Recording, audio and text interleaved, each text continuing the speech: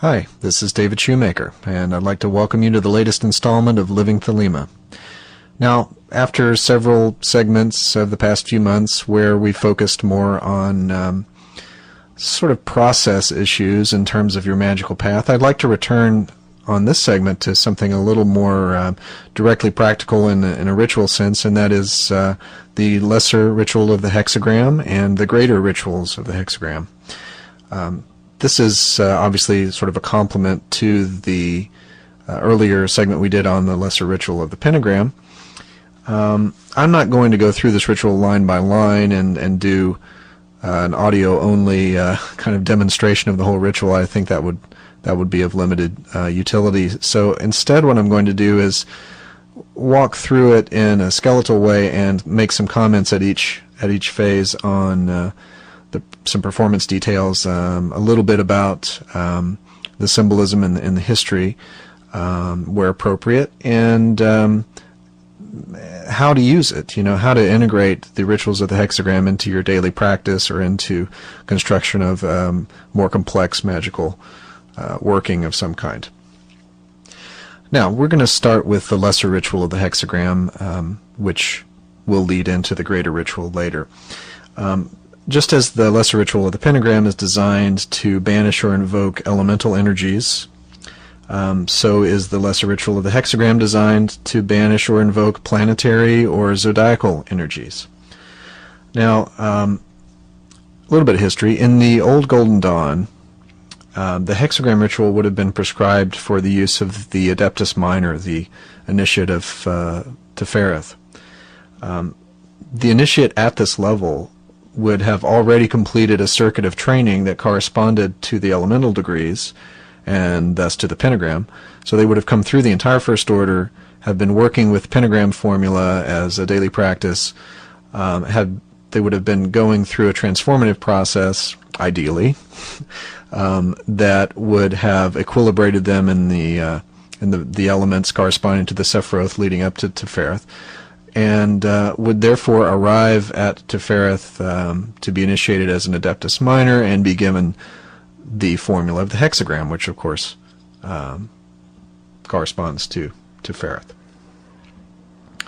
Now, think about the sequence here. So in this Golden Dawn style training system, you're going to be working with the elemental energies and the lesser ritual of the pentagram for quite some time before even approaching the lesser ritual of the hexagram. I think it's important to note that if you're in such a system, if that is the training system you've enrolled yourself in, then you want to follow that. I would suggest that you work within the system as designed, as I've recommended in earlier segments, for the sake of internal consistency, for the sake of making the most of the training system that you've decided to pursue. So consult with your teacher on any of these questions before deciding how to proceed.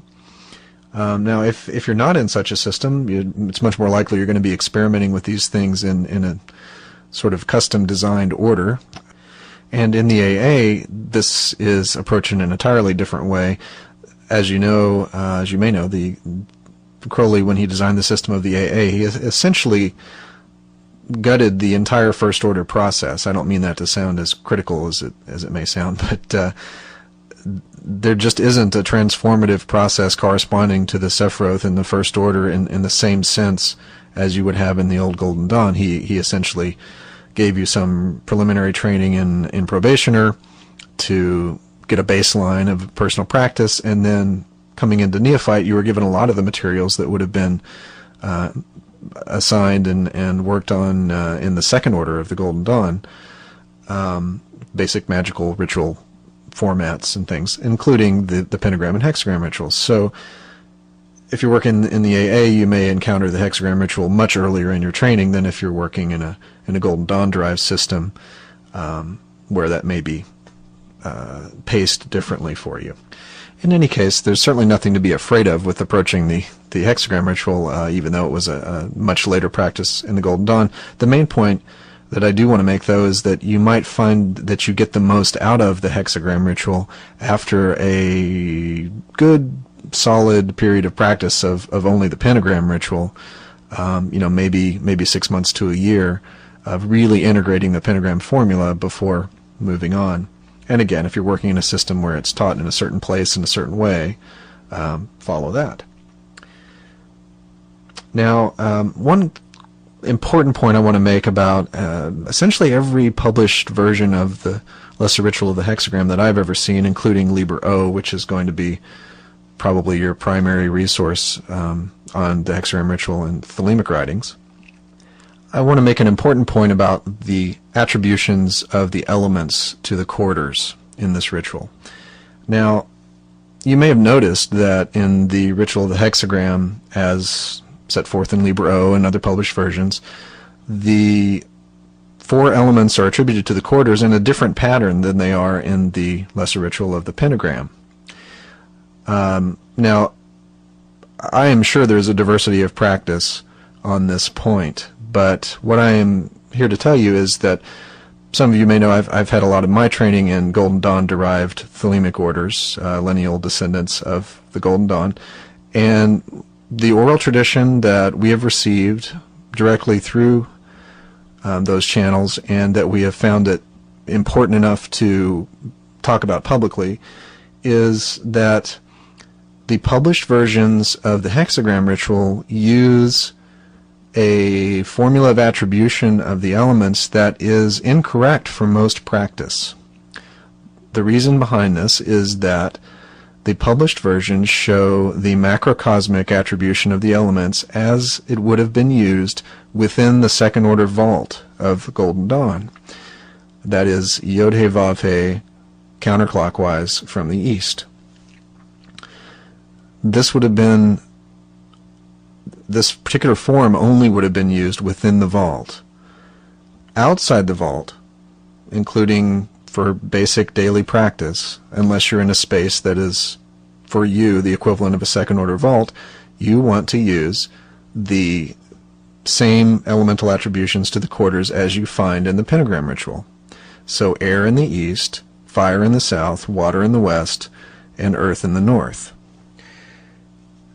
The hexagram forms, as they are shown and in the diagrams in Liber O, are correct. So the hexagram that is shown as the air hexagram, that is the upward pointing triangle with sort of a mirror image downward pointing triangle below it, that's accurate. So the forms are correct, but just move them to the quarters that are corresponding to the same placement as in the pentagram ritual. Now, as I said, I know there's a diversity of practice here, and I'm certainly not suggesting that if you're in a particular tradition that's been taught to do it differently than what I've just described, you should scrap that and do what I'm saying. I'm just communicating the oral tradition as we've received it, and suggest that you perhaps experiment with that if you wish. Okay, so with that general point made, I want to move on to outline the ritual and talk a little bit about some of the performance details. Now, you start at the center of your temple, probably with an altar in front of you. Conventionally, you'd be standing west of the altar facing east. You begin with the section of the ritual called the analysis of the keyword, INRI, etc. Now, some have complained about the use of what are clearly some old aeon forms in this traditional form of the hexagram ritual. For example, a focus on Osiris in the formula, an apparent formula of the dying god.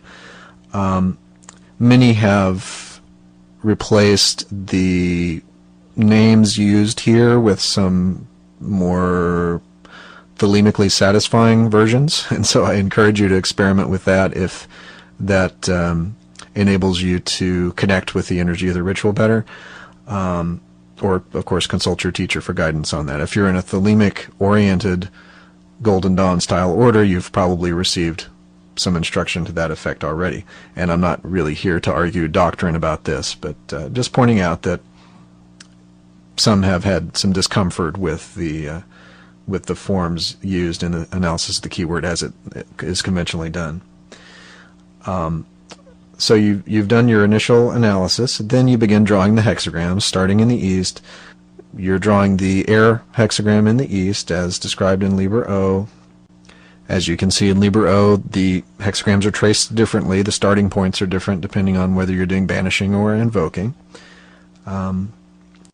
So you move to the east from the center of the temple, draw the air hexagram, point your wand or other implement to the center, or just your index finger if you don't have an implement, and you vibrate Ararita, is what's given in most published versions. It has been published occasionally that the full phrase that's referred to here, for which Ararita is an Otarchon, is Ekud Rosh, Ekudotho Rosh, Yakudotho Timaratho Ekud.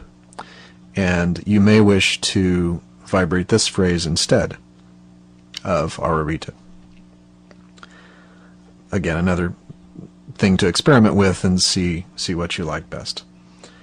So you draw the pentagram, point to the center, vibrate Ararita or the equivalent, draw a connecting line to the south, draw the fire hexagram, vibrate Ararita, and on from there. Water in the west, earth in the north.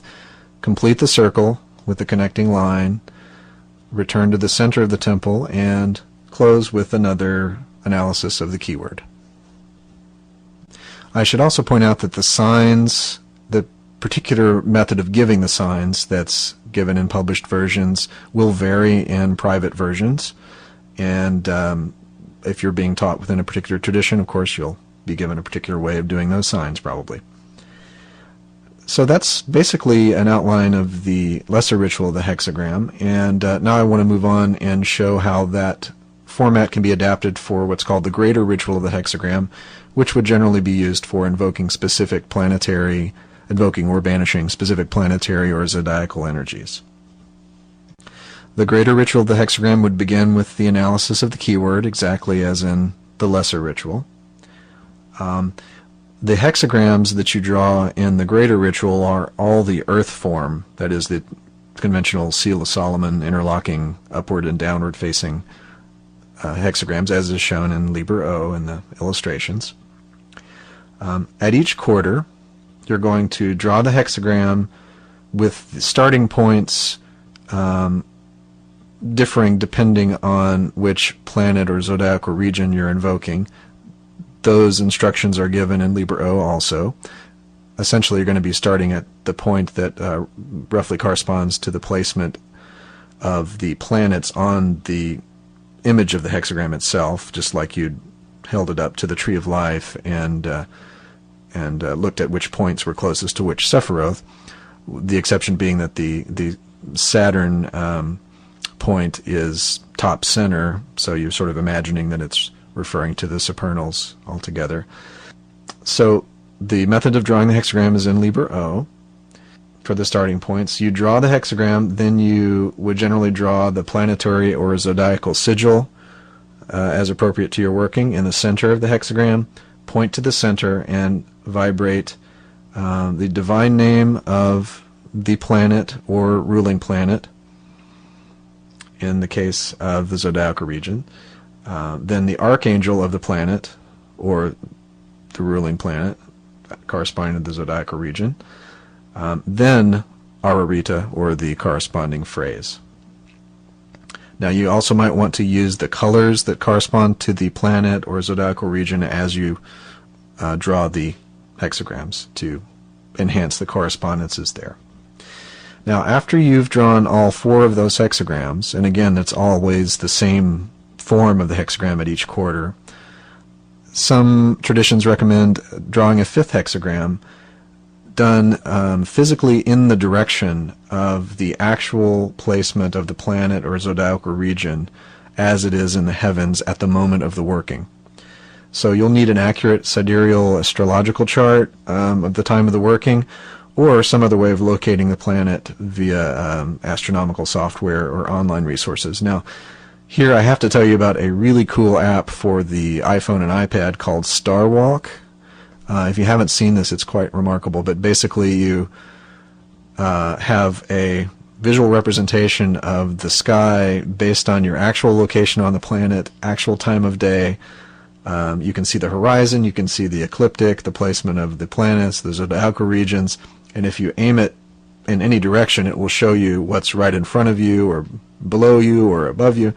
So this is a perfect tool for these kind of workings where you want to know the actual location of a body in the heavens. One other point in general on the greater ritual in terms of the drawing in the hexagrams, you'll notice the method given for drawing the solar hexagram is almost impossible to read because there's so many stages, and it's really ridiculously and, in my mind, honestly, unnecessarily complex. I think it's perfectly acceptable, and I encourage you to experiment just using the unicursal hexagram for the solar hexagram when you're doing a solar invocation or banishing. Start at the top point of the unicursal hexagram and move down and to the right for the invoking form, or down and to the left for the banishing form. You'll notice, as Crowley himself comments, that you can draw the entire hexagram in one unbroken line, and once you practice that, you'll have no trouble. So then you close with the analysis of the keyword, just as in the lesser ritual. And that's basically an outline of the greater ritual. Now let's talk a little bit about how these rituals would be used, again in daily practice, as well as for constructing more complex ritual forms. For daily hygienic practice, a typical approach would be to do the lesser ritual of the pentagram, followed by the lesser ritual of the hexagram. Now I'd recommend, if you're doing this particular combination, I'd recommend doing the lesser invoking ritual of the pentagram and then the hexagram in the morning, and the lesser banishing ritual of the pentagram and the hexagram in the evening, or alternate days, invoking and banishing. I've found repeatedly and virtually without fail in myself and in the students I've supervised that too much invocation without the corresponding banishings will tend to trigger some irritability, insomnia, even, frankly, slight manic symptoms in some people. I'm not trying to encourage you to be afraid of this stuff here. Just use a balanced approach, and you'll be fine. Balance out your invokings and your banishings. And I believe I said this on the pentagram segment of Living Thelema, that many have found that doing heavy invoking close to bedtime is also a recipe for some insomnia, kind of too energizing, or creating too many racing thoughts for some people if it's too close to bedtime. So there again is a reason for my recommendation of doing the invoking forms in the morning and then the banishing forms in the evening, in terms of using these rituals as daily hygiene. Now, how would you use these rituals in the context of a more extensive working? Well, let's say you wanted to do an invocation of a particular planet, planetary energy. So you, in a traditional structure, would start with the lesser banishing ritual of the pentagram to clear out the microcosmic elemental energy space. Then a lesser banishing ritual of the hexagram to clear out planetary zodiacal space overall. Followed by a general invocation, turning on the power to your working overall. Good examples of this would be the preliminary invocation from the Goetia. The anthem from the Gnostic Mass is a beautiful example of a general invocation. Things like that. The basic idea is undifferentiated spiritual power, something that really turns on the Jews. After the general invocation, you might have some sort of poetic, specific invocation of the energies that you're wanting to invoke the planet. But assuming you wanted to use a hexagram ritual, then you would do the greater invoking hexagram ritual of the particular planet or zodiacal region you're interested in. Then that sets up the space. So you've got the temple is infused with the energies that you're seeking to invoke. Then you would do the work of the intended work of the ritual. So that might be the consecration of a talisman or implement, maybe charging a Eucharist for affecting a certain change within yourself. So you charge the Eucharist and then consume it. You might have invoked the planetary energy to do a scrying of that planet. You might have invoked a certain planet's energy in order to do an evocation of a spirit harmonious with a particular planet. In any case, you do the work that you're there to do, and then you do the corresponding greater banishing ritual of the hexagram of that planet, and some sort of license to depart at the end is always a good idea, just to, if anything else is still hanging around after you've done the specific banishing, then this will really solidly clear out the space. So something like, in the name of Rahorquit, I hereby set free any spirits which may have been imprisoned by this ceremony. Depart ye in peace unto your abodes and habitations, harm none in your passing, be there peace between us, and be ye ready to come when called. And maybe one solid knock on the altar to really nail it home, and that ought to do it. So that's an arc of ritual format that you might want to use using pentagram and hexagram rituals.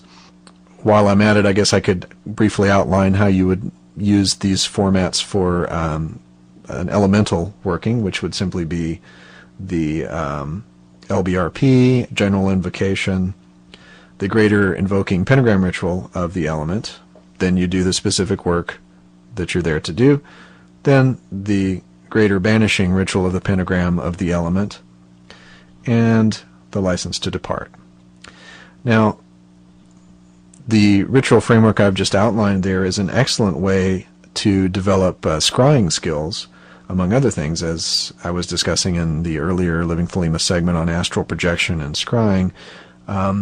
You can invoke the appropriate energies into the temple and then use that space as a chance to get more comfortable with the planetary or zodiacal region or elemental force in question.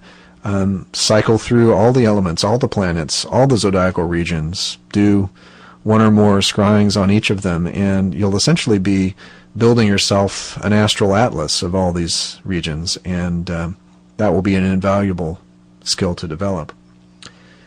And of course banish at the end of the scrying.